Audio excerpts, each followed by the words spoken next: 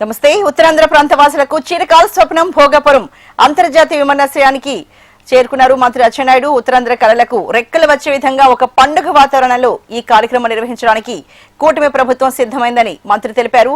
రాష్ట్రంలో ఏదైనా ఒక మంచి కార్యక్రమం జరుగుతోంది అంటే చాలు క్రెడిట్ చోరీకి కాకులు వాలిపోతున్నాయని ఆయన ఆరోపించారు. వైసీపీ అధికారం పోయిన తర్వాత బొత్స సత్యనారాయణ, ధర్మాన ప్రసాదరావు మాట్లాడుతున్నారని, ప్రాంతాల మధ్య చిచ్చు పెడుతున్నారని ఆయన అన్నారు.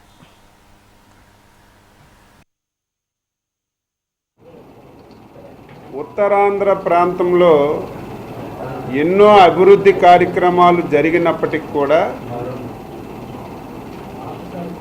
భోగాపురం ఎయిర్పోర్టు ఉత్తరాంధ్ర ప్రజానీకానికి, ఉత్తరాంధ్ర ప్రజలకి చిరకాలమైనటువంటి స్వప్నం. ఈ ఎయిర్పోర్టు రాకతో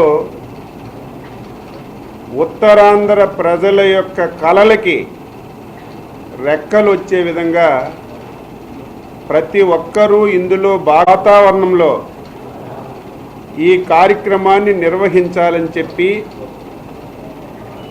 అందరూ ముందుకొచ్చిన విషయం మనందరం కూడా గమనించాలి.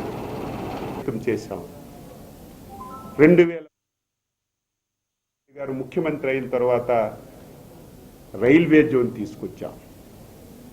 నీ దిక్కుమాలినటువంటి ప్రభుత్వం, నీ గొడ్డల పార్టీ రైల్వే జోన్కి భూమి కూడా ఇవ్వలేనటువంటి సిగ్గుమాలినటువంటి నువ్వు ఉత్తరాంధ్ర గురించి మాట్లాడు.